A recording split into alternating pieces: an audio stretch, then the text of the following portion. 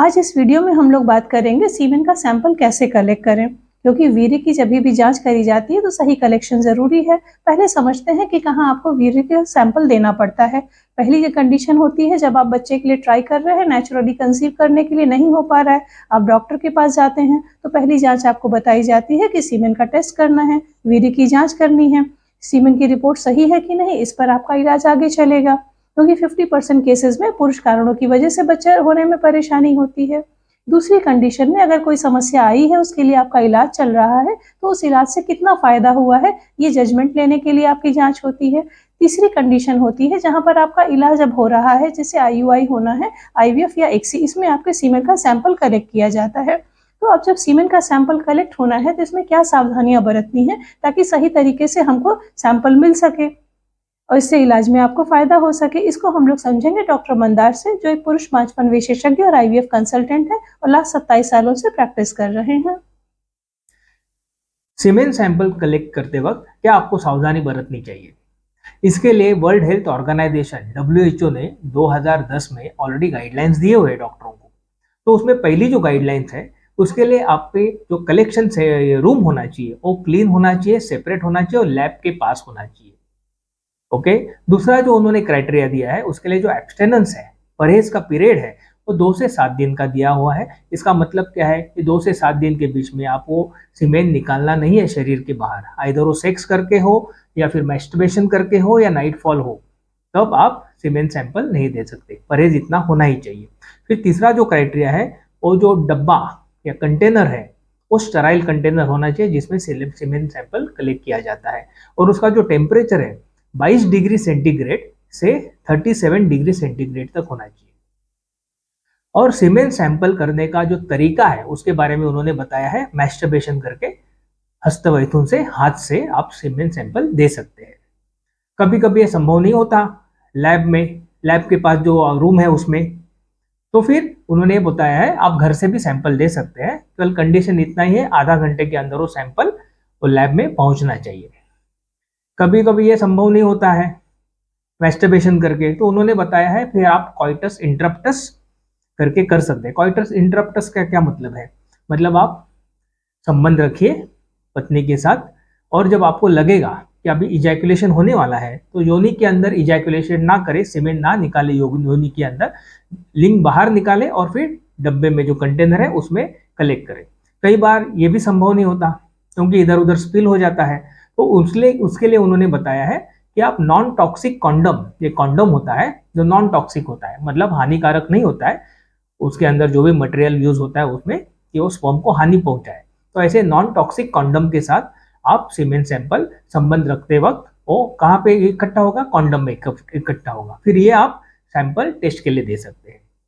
तो ये है WHO के 2010 के गाइडलाइन सीमेन सैंपल कलेक्ट करने के लिए। अभी हम लोग इस गाइडलाइन को अपने रियल लाइफ में, रियल प्रैक्टिस में कैसे अप्लाई कर सकते हैं ये हम लोग देखेंगे। तो सबसे पहला जो इन्होंने क्राइटेरिया बताया है वो है आपका रूम का।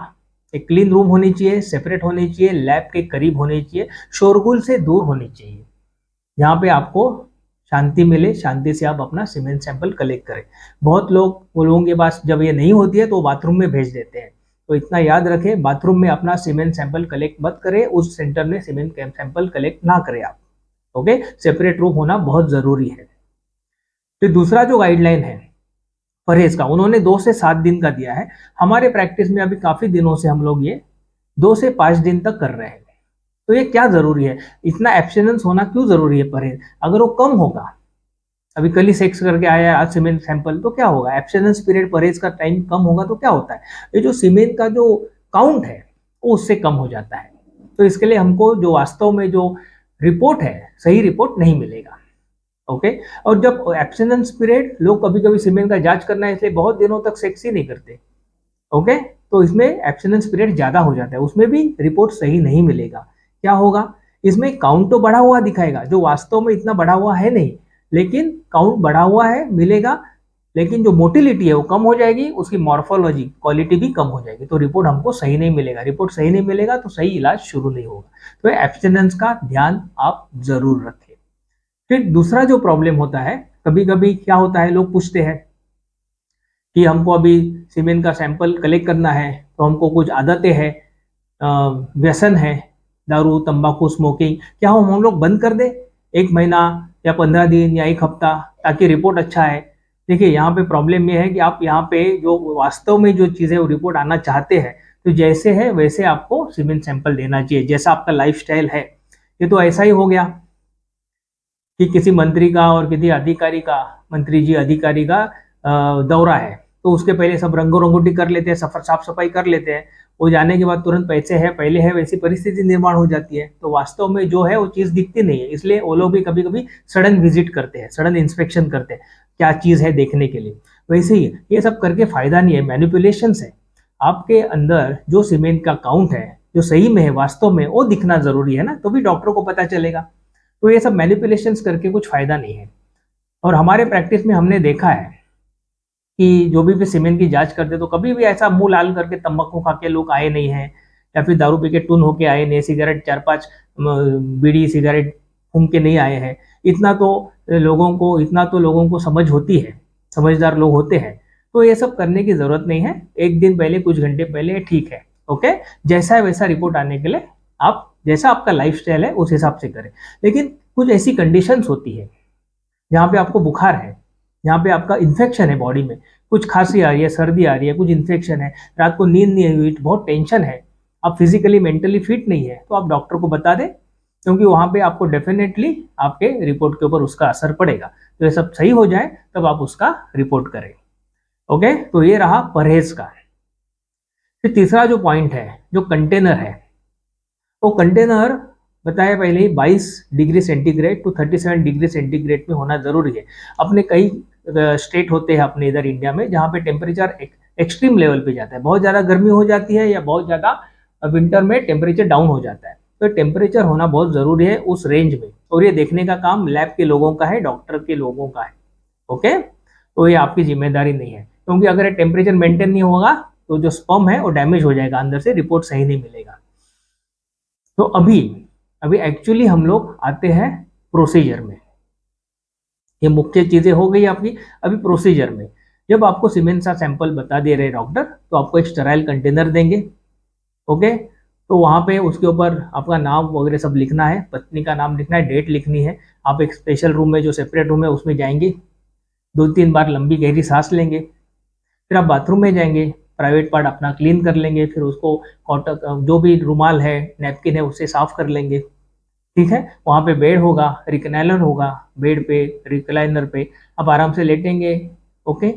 और फिर मन को शांत करेंगे, सबसे इंपॉर्टेंट, क्योंकि मन का आपका शांत होना जरूरी है।